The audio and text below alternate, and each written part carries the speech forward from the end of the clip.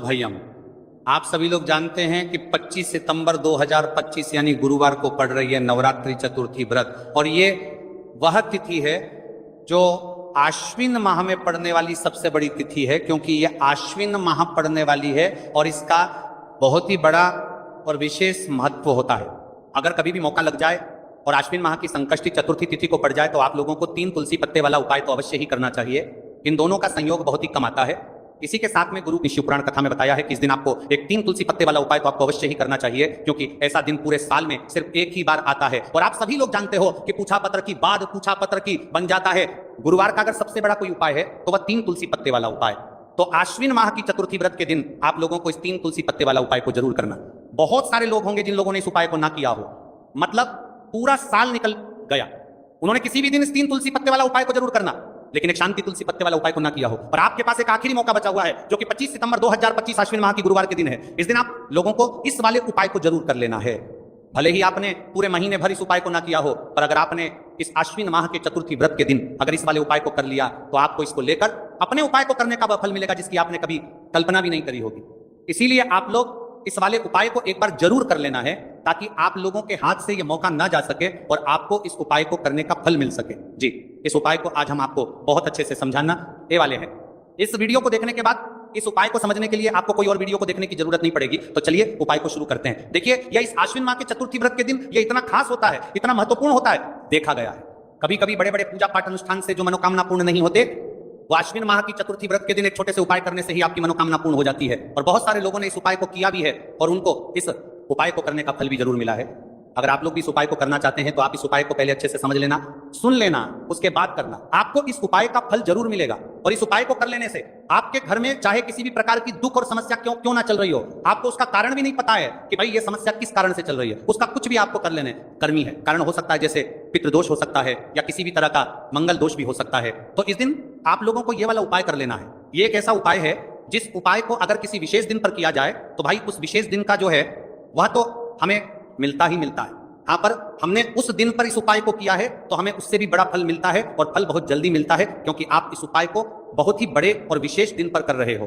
तो चलिए अब उपाय के बारे में बात करते हैं, लेकिन उससे पहले आप लोगों को यह जानना आवश्यक है कि आखिर ये उपाय ये करना है, किसको करना है और कैसे करना है। तो चलिए हम आगे आपको वीडियो में एक एक करके बता देते हैं। लेकिन उससे पहले अगर आप लोग हमारे चैनल पर पहली बार आए हैं या फिर मेरी आवाज आज पहली बार सुन रहे हैं तो हमारे चैनल को सब्सक्राइब जरूर करता है। लेकिन आपने पहली पर वीडियो को लाइक करके कमेंट बॉक्स में श्री शिवाय नमस्तुभय ओम नमः शिवाय जरूर टाइप कर देना। तो इस 3 तुलसी पत्ते वाला उपाय को हमें इस आश्विन माह की चतुर्थी व्रत के दिन कैसे करना है, किसको करना है, किस समय करना है और कहां पर करना है, ये सारे सवालों के जवाब आपको इस वीडियो में मिल जाएंगे। और जो ये वीडियो देखेगा भाई उसको 3 तुलसी पत्ते वाला उपाय जरूर करना चाहिए, क्योंकि इस दिन तुलसी पत्ते का भी बहुत ही बड़ा और विशेष महत्व होता है। चाहे 3 तुलसी पत्ते वाला उपाय की तो या सोने पर सुहागा वाली बात हो जाती है, और ये एक बहुत ही बड़ा उपाय हो जाता है इस आश्विन माह की गुरुवार का। तो अब इस 3 तुलसी पत्ते वाला उपाय को आखिर करना किसको है, सबसे पहले हम लोग वो बात जान लेते हैं। तो देखो, घर की जो बड़ी माताएं बहनें होती हैं, उन माताओं बहनों में से कोई भी एक बड़ी माता बहन इस वाले उपाय को कर सकती है। और अगर आप चाहे तो अपने घर में से सभी सदस्यों को भी इस उपाय को करवा सकते हैं। अगर किसी व्यक्ति की खुद की कोई मनोकामना है, खुद की कोई दुख और परेशानी है जो कि वह अपने लिए ही करना चाहता है, इस वाले उपाय को तो वह खुद अपने लिए भी कर सकता है।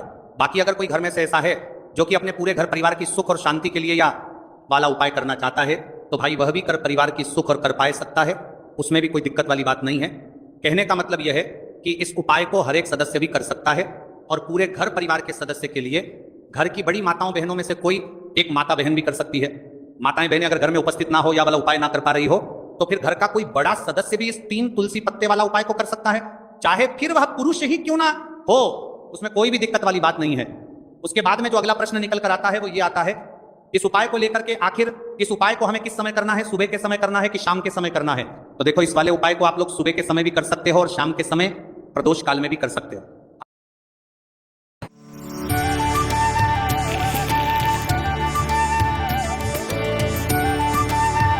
शाम के समय प्रदोष काल में भी कर सकते हो।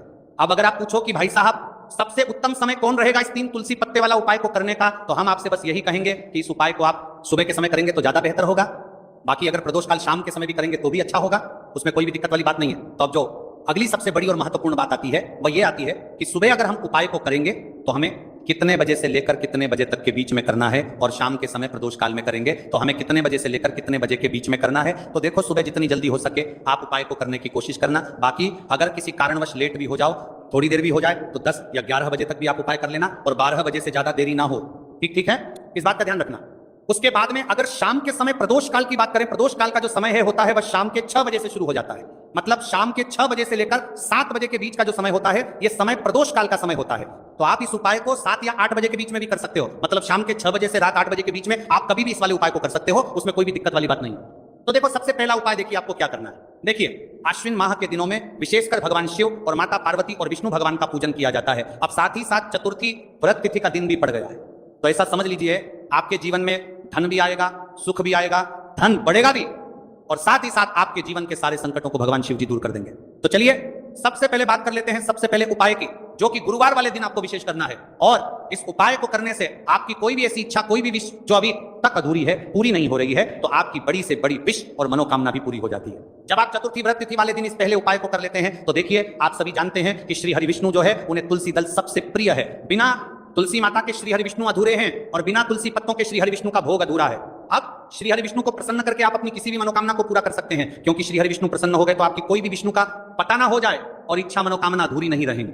देखिए, हम सभी के घरों में माता तुलसी का पौधा अवश्य ही होता है। तो देखिए, हमें तुलसी जी के पौधे से सबसे पहले तो 3 पत्ते तोड़ने हैं। देखो, चतुर्थी व्रत वाले दिन आपको तुलसी के पत्ते नहीं तोड़ने हैं, तो देखिए तुलसी जी के आपको 3 पत्ते तोड़ लेने हैं, और इन तुलसी जी के पत्तों को तोड़ने के बाद आपको 1 चुटकी हल्दी भी अपने साथ में लेनी है। हल्दी के अंदर आपको जल मिलाकर के पेस्ट के रूप में तैयार करना है, और इसी के साथ में आपको एक दीपक भी लेना होगा। दीपक आप मिट्टी का भी ले सकते हैं, आटे का भी ले सकते हैं, और इस दीपक में आपको शुद्ध घी डाल के इसमें आपको लंबी रुई की बाती का प्रयोग करना है। देखिए, आपके पास से 3 तुलसी जी के पत्ते हैं, तो पहला जो तुलसी जी का पत्ता है उस पर आपको सबसे पहले तो जो आपने हल्दी ली है उसकी एक बिंदी लगानी है। और पहला जो तुलसी जी का पत्ता है आपके घर में भगवान विष्णु का चाहे कोई सा भी स्वरूप हो, चाहे लड्डू गोपाल जी का स्वरूप हो, या फिर भगवान कृष्ण की आपके मंदिर में प्रतिमा हो, या फिर भगवान श्री राम की प्रतिमाएं, उनके सामने आपको पहला तुलसी जी का पत्ता अर्पित करना है। अब देखिए, आपके पास जो 2 तुलसी जी के पत्ते हैं और आपके पास जो एक दीपक है, इन्हें आपको लेकर के पहुंचना है अपने ही घर में तुलसी जी के पौधे के पास में। देखिए, सबसे पहले तो आपके पास जो 2 तुलसी जी के पत्ते हैं उन पर भी आपको हल्दी की एक बिंदी लगानी है, और उन दोनों ही तुलसी जी के पत्तों को आपको अपने घर में तुलसी जी के पौधे के वहां पर ही अर्पित कर देने हैं। और इस प्रकार से ये दोनों पत्ते भी तुलसी जी के पौधे के पास मम अर्पित कर देने हैं। और इस प्रकार से करने के बाद अंत में जो आपके पास एक लंबी बाती का दीपक है, इसे आपको तुलसी जी के पौधे के पास में ही प्रज्वलित कर देना। जो भी व्यक्ति अपने ही घर पर इस प्रकार से तुलसी जी के 3 पत्तों का ये उपाय कर लेता है, उसका परिवार हमेशा खुश रहता है, उसके परिवार में कभी भी कोई भी संकट उत्पन्न नहीं होता है, और यदि आपके घर में जो भी ग्रह क्लेश है वह भी समाप्त होते हैं। तो इस प्रकार से ये सुंदर सा उपाय करना है। अब बात करते हैं अगले उपाय की। देखो, यदि आपके जीवन में आर्थिक संकट बहुत अधिक हो रहे हैं, धन की समस्या लगातार जीवन में बनी हुई है, 1 रुपयों को प्राप्त करने के लिए आपको बहुत अधिक मेहनत कर रहे हैं, तो आज रात्रि में सोने से पहले आपको कोई एक चमत्कारी दीपक का उपाय अवश्य करना। या फिर यदि आपका जो व्यापार है, बिजनेस है, दुकान है, वो अच्छे से नहीं चल पा रही है, तो आज रात्रि में इस विशेष दीपक का उपाय आपको अवश्य करना चाहिए। देखो, दीपक हमारे घर में सभी नकारात्मक शक्ति को बाहर करता है। यह उपाय आपको साल में केवल 1 बार करने का ही मौका मिलता है। देखिए, इस उपाय के लिए आपको तुलसी जी की जो सूखी लकड़ी होती है उसे ले लेना है। देखिए, यदि आपके पास पुरानी तुलसी जी की लकड़ी है तो उसे आप ले सकते हैं, और यदि आपके घर में तुलसी जी जो लकड़ी है वह सूखी हुई है तो उसकी लकड़ी आप तोड़ के इस्तेमाल कर सकते हैं। लेकिन आपको ध्यान रखना है कि सूर्यास्त से पहले पहले ही आपको ये जो तुलसी जी की लकड़ी है इससे अवश्य ही तोड़कर दे लेना है। तो इस उपाय के लिए आपको सबसे पहले तो एक मिट्टी का दीपक लेना होगा, चाहे तो आटे का दीपक भी ले सके, क्योंकि आटे का दीपक सभी दीपक में सर्वोत्तम माना गया है। इस दीपक के अंदर आपको शुद्ध घी का प्रयोग करना होगा, और इससे दीपक के अंदर आपने जो तुलसी जी की लकड़ी ली है उसे भी रख देना है। लेकिन ये जो तुलसी जी की लकड़ी है इसमें आपको चारों तरफ अच्छे से घी लगा लेना है। देखिए, गुरु जी ने बताया है कि जो तुलसी जी की लकड़ी है, यदि आप उपाय करते हैं और बहुत ही शीघ्रता से जल जाती है, तो इसके लिए आपको एक कार्य करना है। आपको थोड़ी सी रुई ले लेनी है, और उस रुई को आपने जो तुलसी जी की लकड़ी ली है उस पर अच्छे से चारों तरफ लपेट देनी है। तुलसी जी की लकड़ी के ऊपर रुई लपेटने के बाद इसे आपको पूरा घी के अंदर डुबो लेना है। अब इसे आपको बाती से बर्तन की आग के बीच में कार्य है कि पर देना है के रूप में प्रयोग करना है। अब इसे आपको प्रयोग करना है। अब इसे आपको बर्तन की बाती के बाद दीपक को आपको प्रज्वलित कहां करना है, तो इस दीपक को आपको या तो भगवान विष्णु के सामने प्रज्वलित करना होगा, या फिर आपको भगवान श्री राम के सामने प्रज्वलित करना होगा। तो लाकानी के लिए प्रज्वलित करना होगा, या फिर भगवान कृष्ण के सामने, यानी कि भगवान विष्णु के जो भी अवतार हैं उनके सामने आप यह दीपक प्रज्वलित कर सकते हैं, या फिर आप इस दीपक को माता तुलसी जी के सामने भी प्रज्वलित कर सकते हैं। पूज्य गुरु जी ने बताया है कि जो भी व्यक्ति इस प्रकार से तुलसी जी की डंडी से ये दीप दान कर देता है उसके जीवन में कभी भी धन की समस्या नहीं होती है। इसीलिए आपको ये पूरे साल में केवल 1 बार ही मौका मिलता है। इस उपाय को करके देखना, आपकी सभी इच्छाएं जरूर पूर्ण होंगी। ये जो उपाय करता रहे नहीं होंगी। ये जो है रात्रि में सोने से पहले करना है। ये उपाय करके सर्वश्रेष्ठ होने वाला है। देखिए, इस उपाय के लिए आपको मात्र 5 हरे मूंग के दाने ले लेना है।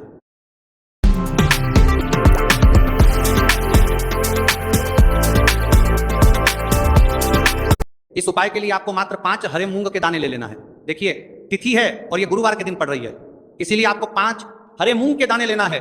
हरे मूंग के दाने लेना है, हरे मूंग के दाने लेना है। के दाने आपको साबुत लेने हैं, खंडित नहीं होने चाहिए, इस बात का ध्यान रखें। और इसी के साथ में आपको एक तांबे के पात्र के अंदर अपने घर से शुद्ध जल ले लेना है। अब इन सभी सामग्रियों को लेकर के आपको सीधे पहुंच जाना है भगवान शिव के मंदिर में। देखिए, इस उपाय को भी आप सुबह भी कर सकते हैं और शाम के समय में भी कर सकते हैं। देखिए, भगवान शिव के मंदिर में पहुंचने के बाद आपके पास जो 5 हरे मूंग हैं, उनमें से पहला जो हरा मूंग है, आपको शिवलिंग के सामने जो नंदी महाराज होते हैं और उनका जो पैर उठा हुआ होता है, वहां पर आपको पहला हरा मूंग समर्पित करता है, वहां पर जो देना है, और आपको ओम नमः शिवाय इस मंत्र का जाप कर लेना है। फिर आपको दूसरा हरा मूंग लेना है और शिवलिंग पर जो श्री गणेश जी वाला स्थान होता है, वहां पर आपको ये दूसरा हरा मूंग समर्पित कर देना, यानी कि शिवलिंग के सीधे तरफ आपको ये दूसरा हरा मूंग समर्पित करना है। और फिर आपको ओम नमः शिवाय या फिर श्री गणेशाय नमः इस मंत्र का जाप कर लेना है। सारा हरा मूंग का दान आपको भगवान शिव की सबसे प्रिय पुत्री माता अशोक सुंदरी वाले स्थान पर समर्पित करना होगा। शिवलिंग की जो जलाधारी होती है, जहां से जल बह के आता है, उसी जलाधारी के बीच में जो कहीं ना कहीं उठी हुई लाइन होती है सांप की आकृति के रूप में, वहीं पर आपको तीसरा हरा मूंग समर्पित करना है और फिर आपको ओम नमः शिवाय इस मंत्र का जाप कर लेना है। अब चौथा जो हरा मूंग है, उसे आपको भगवान कार्तिकेय जी का जो स्थान होता है शिवलिंग पर, वहां पर आपको यह चौथा हरा मूंग का दाना समर्पित कर देना है और आपको ओम नमः शिवाय इस मंत्र का जाप कर लेना है। अब आपके पास जो 5वां और अंतिम हरा मूंग बचा हुआ है, उसे आपको उसे जल के पात्र के अंदर डाल देना है और इस हरे मूंग से युक्त जल से आपको भगवान शिव के शिवलिंग का अभिषेक कर देना, धीरे धीरे समर्पित करते जाना है और लगातार आपको शिव महापुराण के मूल मंत्र श्री शिवाय नमस्तुभ्यम इस मंत्र का जाप करते रहना है। फिर आपको शिवलिंग के सामने बैठकर, यदि आप अपने बच्चों के लिए ये उपाय कर रहे हैं, यदि आप अपने बच्चों के लिए महापुराण के मूल मंत्र में यहां पढ़ते जाना है, थोड़ा जितना कि बेच की बुद्धि ज्ञान और विवेक के लिए उपाय कर रहे हैं, तो उसके लिए आपको प्रार्थना कर लेनी है। या फिर व्यापार में वृद्धि करने के लिए ये उपाय कर रहे हैं, तो उसकी कामना करते हुए आपको प्रार्थना कर लेनी है। या फिर अपनी नौकरी के लिए कर रहे हैं, या फिर अपने इंटरव्यू के लिए, या फिर धन की प्राप्ति के लिए कर रहे हैं, जिस भी कामना के लिए आप उपाय कर रहे हैं, उसे परिपूर्ण करने के लिए आपको महादेव से प्रार्थना कर लेनी है और फिर आपको वापस अपने घर आ जाना है। पूज्य गुरु जी ने कहा है कि जो भी व्यक्ति इस उपाय को कर लेता है, तो यकीन मानिए आपके जीवन की जो सारे संकट, कष्ट और बाधाएं हैं, वह सभी समाप्त होंगे। अब हम बात करते हैं तीसरे विशेष उपाय। देखो, भाग्य का साथ आपको मिले तो गुरु बृहस्पति को मजबूत करना बहुत जरूरी होता है। इसीलिए पूज्य गुरुदेव ने एक बहुत ही सुंदर सा उपाय बताया था, जो कि है पीले चावल का थोड़े से अक्षत लेना, चाव ल लेना। अगर आपको ऐसा लगता है ना कि आपको किसी भी चीज में सफलता नहीं मिल पा रही है, किस्मत का साथ आपको नहीं मिल पा रहा, तो पीले चावल लेना। पीले चावल कैसे करोगे? 11 चावल लेना साबुत, उसके अंदर पीली जो पीला चंदन है वह आपको मिला देना है और चावल को पीला रंग कर देना, ठीक है। साथ में लेना है एक बेलपत्र और साथ में लेना है तांबे के पात्र के अंदर जल, ठीक है। ये तीनों सामग्री लेकर के गुरुवार चतुर्थी व्रत के दिन सुबह से लेकर के रात्रि तक जब आपकी इच्छा हो तब आप ये उपाय कर सकते हैं। अब आपको क्या करना है? भगवान शिव के मंदिर में जाएंगे, जो एक बेलपत्र है वह माता अशोक सुंदर वाले स्थान पर आपको अर्पित करना है। डंडे का हिस्सा जलाधारी की तरफ हो चाहिए, उस प्रकार से आपको यह बेलपत्र अर्पित करना है। जब बेलपत्र अर्पित करोगे तब आपको कुंदकेश्वर महादेव का नाम लेना, माता अशोक सुंदरी वाले स्थान पर, ठीक है। आप जो चावल के दाने हैं, जो अक्षत लेकर के आए हैं, वह भगवान शिव के शिवलिंग पर आपको अर्पित करना है। जब आप अर्पित करोगे तब आपको बृहस्पति शवर महादेव का नाम लेना है। बृहस्पति शवर महादेव ही एक ऐसे महादेव हैं जो आपके गुरु ग्रह को मजबूत करता है, तो आपको इस प्रकार से अर्पित करना है। और अंत में एक लौटा जल धीरे धीरे पतले दरा से बृहस्पति शवर महादेव का स्मरण करते हुए या श्री शिवाय नमस्तुभ्यं का जाप करते हुए आप अर्पित करें। यह मात्र केवल और केवल गुरुवार के दिन किया जाता है और यह उपाय बहुत ही ज्यादा प्रभावशाली है। ध्यान रखना, हल्दी का उपयोग मत करना, चावल में पीला करना है, चावल को तो पीला चंदन ही होना चाहिए, ठीक है। अब ये जो उपाय जो भी करता है, निश्चित तौर पर उसके जीवन के सारे अंधकार दूर होते ही होते हैं, उसको सफलता भी मिलती है, बृहस्पति मजबूत होते हैं, किस्मत का साथ उसको मिलने लगता है। ये उपाय अगर आप प्रदोष काल के समय करते हैं तो